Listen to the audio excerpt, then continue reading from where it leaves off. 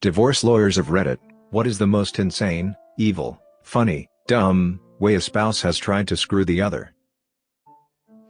Had a client whose wife wanted him out of the house. I told him not to leave, just move to a different bedroom for the time being because once he was out the chances of him ever getting back in were slim. He texted his wife, and told her he was staying in the house. She called back, and left a VM that she wanted him out, and if he wasn't out soon, she would start taking out her unhappiness on the children, and would remind the children that mommy was being mean to them because daddy wouldn't leave.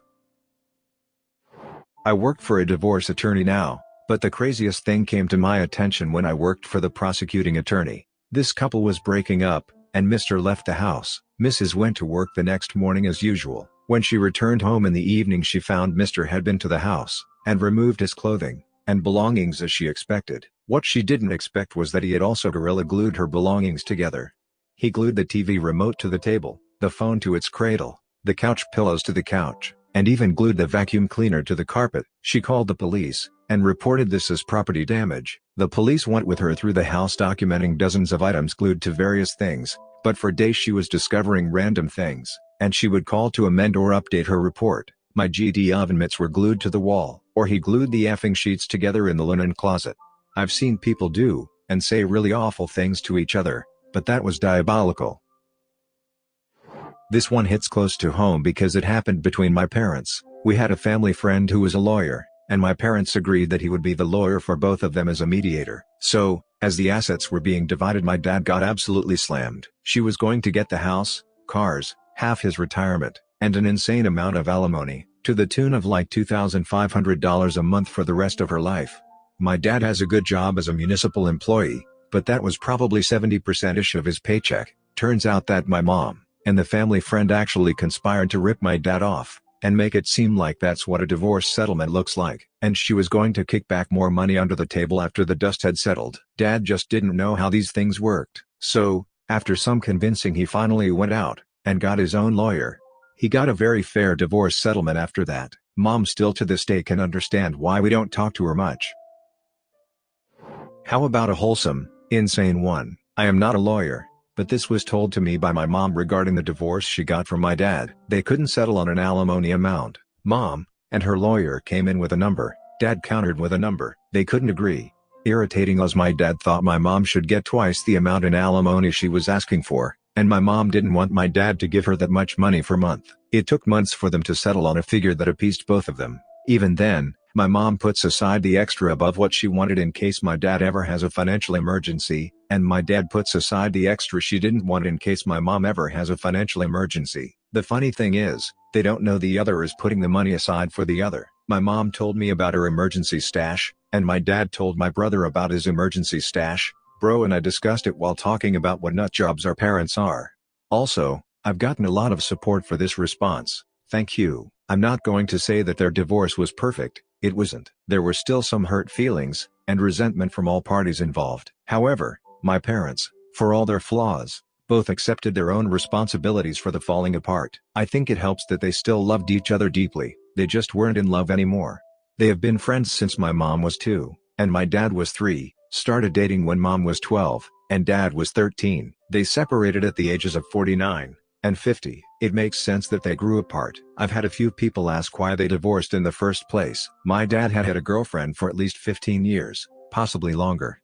My mom knew, but they agreed to not divorce until my younger brother had graduated high school. My dad got remarried to his girlfriend. My mom has also since remarried. All 4 of them get along famously now. The separation and divorce happened about 10 years ago. I'm very lucky to have 4 parents who care about me, and who absolutely adore my own little dudes.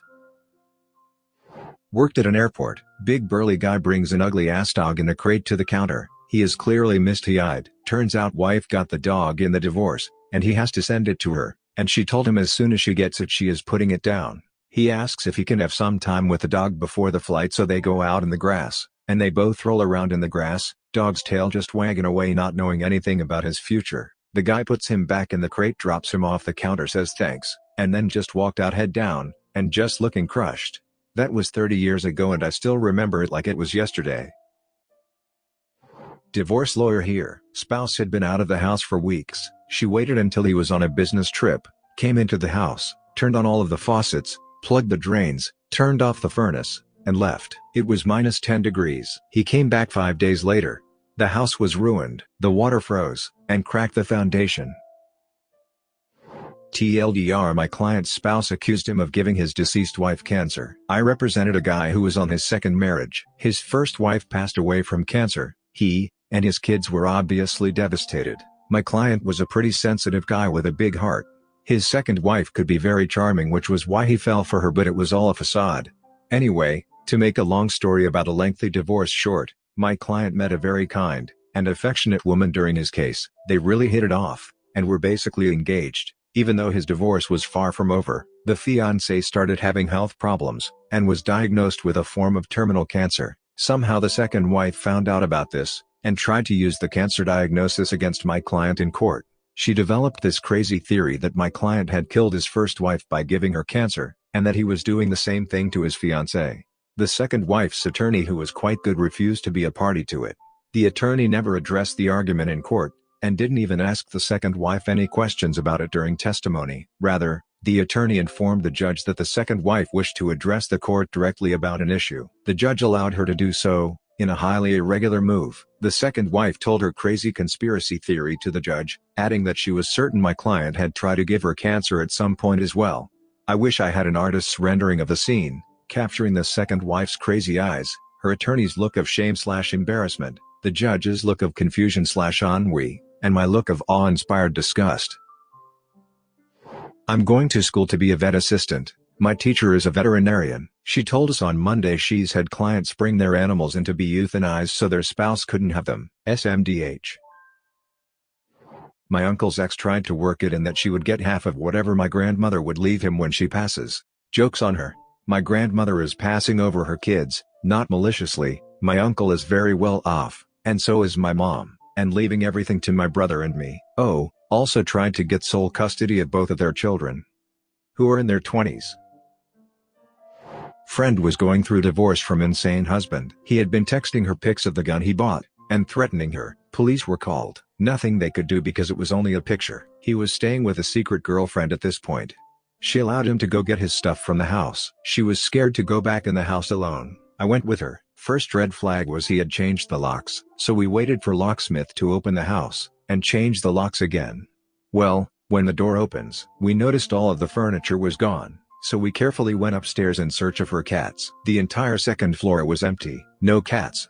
No furniture. Even her clothes were gone. Come to find out, he hired a moving company to pack and take everything, even the food in the fridge. Finally found the cats. He had taken them to another vet in town, and put them up for boarding under his sister's name, thinking she would not be able to find them.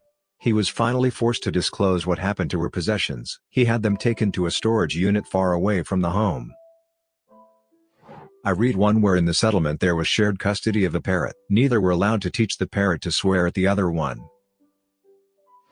Paralegal for divorce lawyer. This one is morbid. We represented a guy who believed vehemently that his wife was assaulting the children. The authorities were involved. Child Services was involved. It was never clear what the truth was or if anything at all was going on, but our client was sure. He shot his wife dead at a custody exchange in front of the children. He then sat down and waited for the authorities. We visited him in jail with his criminal defense attorney. As we were leaving, he told me, "Well, I guess the divorce is over now," and he laughed.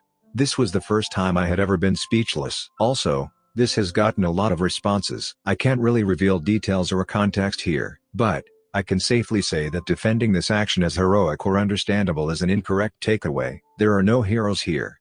The trauma this man put the children through is incredibly selfish, regardless of his intentions. There are so many other options that could have been explored, many of which were being explored when this happened. He abruptly put an end to all of them, making the truth forever impossible to discern. More information. Where are they now? The children are in the custody of a family member. They are safe and well, although will no doubt need extensive therapy as they get older. Guy's in jail. I'm unsure of his final sentence. However, I doubt he will ever leave. Also, what did the kids say? Forensic interviews are super confidential, and this case didn't have the chance to go to a hearing. However, after multiple interviews with both children and the parents, neither the police, Child Services, guardian ad litem, or child advocate recommended that the mother lose custody or visitation, nor did they require it to be supervised. All of these matters were ongoing when the mother died. I was an assistant for a family law practice, not a lawyer. So it was already a disaster of a divorce because the ex-husband was a dick. But it got so much worse when the wife started dating someone new with a severe cat allergy like a year after they split up. Her psycho ex bought a cat on his time with the kids, except he's not allowed pets at his apartment. He sends the kids back to their mom's house with the cat, and all its stuff. Mom is pissed because she didn't want a cat at all, plus her boyfriend is crazy allergic. She calls us asking what to do because her kids are bawling, saying that she can't get rid of their new sibling, and she has the cat in the garage. Ex told kids if mommy loves you, she'll let you keep the cat since daddy is not allowed cats at his house. Not my divorce, but my divorce lawyer told me about a case she was involved in where both clients were so petty that they had to all meet to argue over literally every single scrap of everything. The final object that neither would settle on was a ceramic rabbit statue, a really generic one from Home Depot or whatever, zero sentimental value, but since it was the final item, neither side wanted to lose the last thing, and they dragged it out over 3 separate meetings for this one thing. I don't remember which ended up getting it, but once they settled it, and signed everything, the winning party stuck it on their lawyer's desk as a gift, and walked out. She accused her ex-husband of sexually molesting their children while under the watchful eye of the nationally endorsed social workers who oversaw his contact with them, which was only required because he didn't have his own private accommodation at the time. She also said that his Indian flatmates were inherently dirty. After the obviously false child molestation suggestion, I warned her of the consequences of being caught lying about that, i.e., permanent loss of custody. She fired me, but kept calling back using fake names to try and obtain free advice which contradicted my advice, but everyone she called immediately spotted her. This was a long time ago, and now I specialize in insurance litigation, which is far less ugly. I see a lot of unsubstantiated accusations of child abuse and/or molestation to deteriorate the relationship between dad and the kids, and we'll hire experts and therapists, and there will be an investigation. We'll have depositions and a trial. And after a year has passed without dad being allowed to see his children, and thousands of dollars have been spent, it will come out that nothing happened. This happens in my practice about once or twice a year. Very common. Paralegal for a divorce lawyer here. Our client told us he didn't clear out the marital account after the parties filed, which technically is true, because while he removed $45,000 he left about $3.50 in there. I'm not a divorce lawyer, but my prior employer once was served with an obviously forged garnishment order from an employee's ex-wife, directing garnishment of his wages in an amount that far exceeded his actual wages. We reported it to the police department.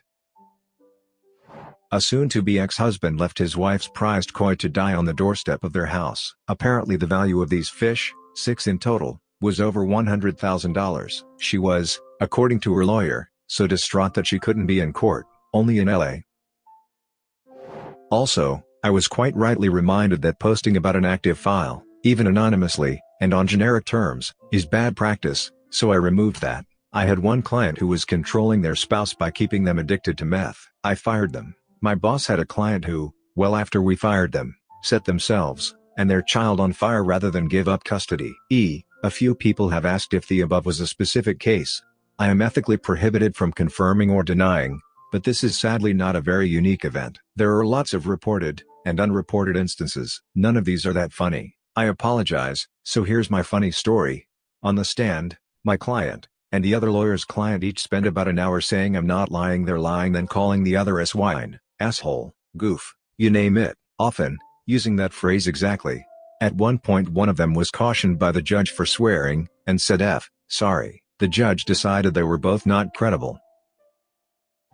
I worked at a computer repair store as a sales technician. Had a guy come in with a desktop that he wanted Windows reinstalled. I asked him if he wanted me to back up all of his data first, and he told me that he had everything he wanted, and just do the wipe. I put it in the queue, and he paid, and left. I started it about an hour later since an XP install was only about 45 minutes off the network. I didn't bother doing anything else except deleting the original partition, and making a new one, and installing Windows. About an hour after that his wife came running and asking if we had a computer with Smith as the last name. I told her I did, and she showed me her ID, and said that her husband brought it in to try and destroy all the proof of him cheating and stealing money from their business. When she asked if I had wiped everything yet, I told her I just did a Windows install, and didn't actually really wipe anything. I called her husband, and told him the situation. I told him his wife was here to get the computer. He asked me if I reinstalled Windows like we spoke about and I told him I had. He told me I don't give a crap, give her the computer. There isn't anything left on it anyway. I said alright, and hung up. I told her that he said I could give it to her, and then explained to her how reinstalling Windows doesn't magically delete everything, and explained to her how I could recover all of her files in a couple of hours. I ended up staying late that night, and she bought me pizza and Mountain Dew. I ended up recovering every file he tried to have me destroy, and made multiple copies for her. She ended up calling him from the store, and reading off some of the messages he had tried to delete from his emails. I was worried that he might try to come back in, and confront me, but nothing else ever came of it. I didn't handle the divorce, I handled parts of the aftermath. In the divorce, she went AWOL, was living in a truck somewhere, and just couldn't handle it mentally. He gave her 5 of his 9 companies. They were the ones that owed 7 figures in payroll taxes. He had made her the bookkeeper on paper. She spent decades trying to shake the IRS for the results. Not my case, but during my first year of law school, lawyers from different practices came to give us a peek behind the curtain of different areas. The divorce lawyer told the story of rather well-to-do couple that spent months, and many tens of thousands of dollars fighting over absolutely everything, all the way down to a single ceramic ashtray. He couldn't remember the significance, but somehow it had come through the husband's family. Even after everything else had been decided, they spent many more months, and nearly $100,000 fighting over just this ashtray. Then, after a court hearing, the wife finally won the ashtray. She promptly strode out to the white courthouse steps and smashed the ceramic ashtray, left the pieces all over for the husband to see on his way out. Decided that day I would not be a divorce lawyer. TLDR. Spent $100,000 to win an ashtray only to smash it in spite. Subscribe and turn on the notification bell for more stories delivered to you. Thanks for listening. See you later.